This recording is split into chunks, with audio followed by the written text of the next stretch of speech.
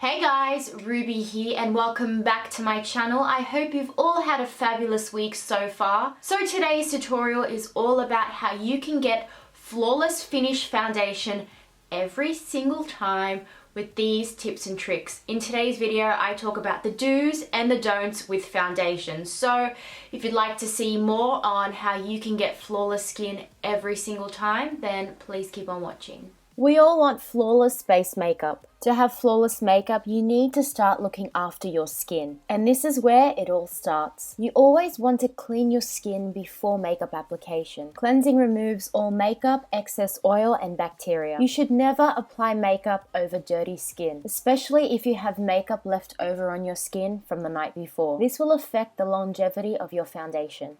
You may find that your base makeup will slip and slide and look patchy. We all want super smooth skin that our foundation can glide over. And to achieve this, some people reach for very abrasive scrubs. These scrubs may have very rough and tough granules, or it doesn't even have to be a scrub. It could be your regular cleanser, but with a face brush instead. These types of scrubs can leave your skin feeling dry, tight, and flaky, which is why you should use them the night before and not right before your foundation. If you need to remove any dry patches of skin, simply use a muslin cloth or just a face cloth, just like this one. Squeeze out as much water as you can, and all you have to do is take this cloth up to your face and just massage in circular motions any areas where you have flakiness and dryness. My dermatologist suggested this, and it's a great way of gently buffing the skin. You never want to rub your face dry using a face towel. Rubbing your face with a rough towel can cause micro-exfoliation.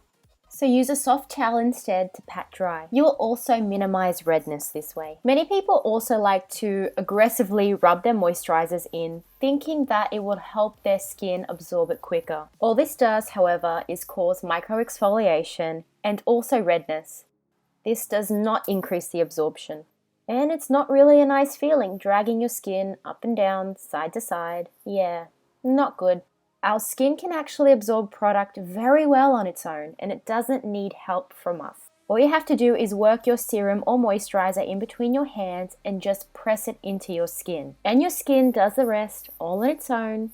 See? No redness, no flaky skin. And I have to say, 10, maybe even 20 years from now, your skin will thank you for not aggressively being rubbed. Don't apply your foundation straight away. This can cause your foundations to slip and slide. Instead, play around on social media, listen to music for about 5 to 10 minutes. Let your skincare properly absorb before layering your products. For primers, if you're oily, choose a mattifying, oil controlling, oil absorbing mattifying primer. For dry skins, choose something that's hydrating, long lasting, and just comfortable to wear on the skin. Don't just pick a primer just because blah blah on YouTube said it was the best primer. Really do your research and see if it's suited for your skin type. And just like you did with your moisturizers, pat your primers in. So guys, I have some horrible news. The skin on my body and face isn't the same shade. In fact, nothing really is the exact same shade throughout, and that's perfectly normal. One thing you don't want to do is match your foundation to your hand. That is probably the darkest place on your body because it is exposed to sunlight often. Instead, I color match my neck and chest. I use my neck to patch test a few foundation shades to find the one that really matches my skin tone, the fairness, and also the undertone too. Color matching your neck or chest is the best way of finding a foundation that is the right shade for you. Here in the West, tan skin is desired by most men and women, but whatever you do,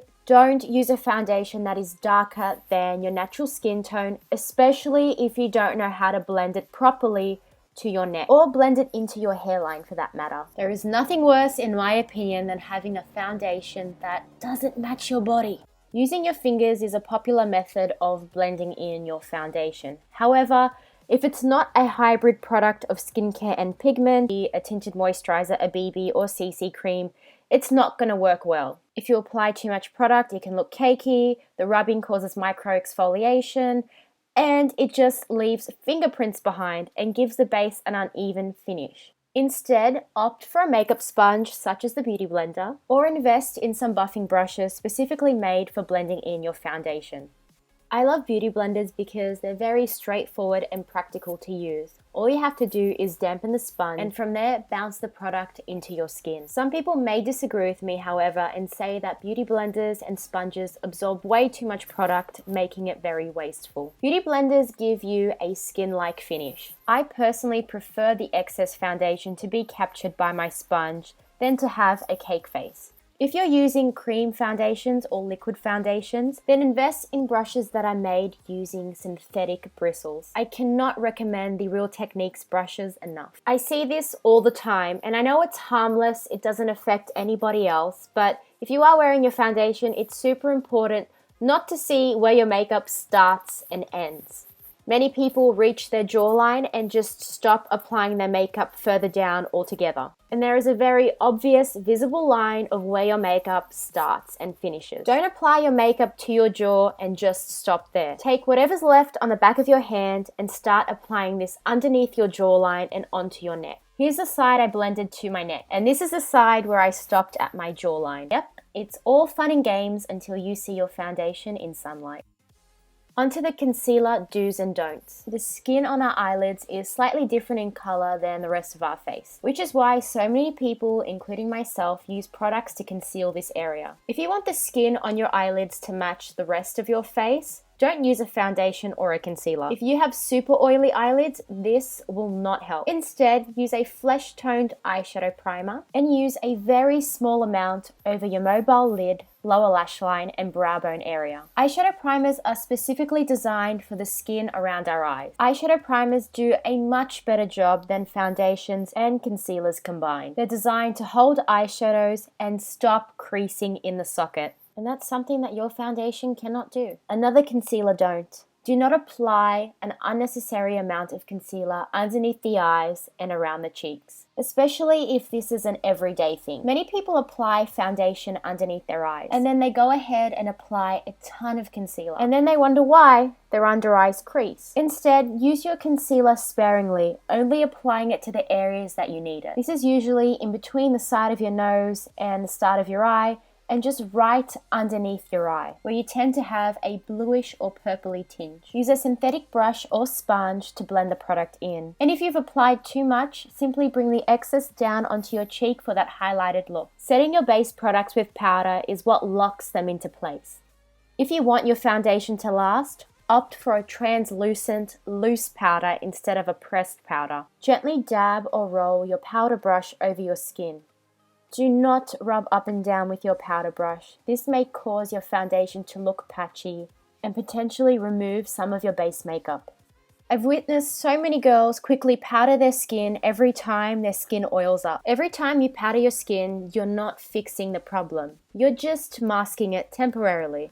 Don't apply powder straight onto oily skin. Instead, remove it using a blotting paper or a tissue, and then apply your powder. And if you're at a club, pub, or restaurant, just add a few sheets in your going out bag. I hope you all enjoyed my foundation do's and don'ts. If you haven't subscribed to my channel already, I will leave a button down here that you can click on and you will never miss a video from me again. If you're not following me on Snapchat, Instagram, Facebook, and Twitter, I will leave all my handles down here and also in the description box down below. If you have any video requests, don't forget to leave them in the comment section down below. And I cannot wait to see you all in my next video. I love you guys. Bye.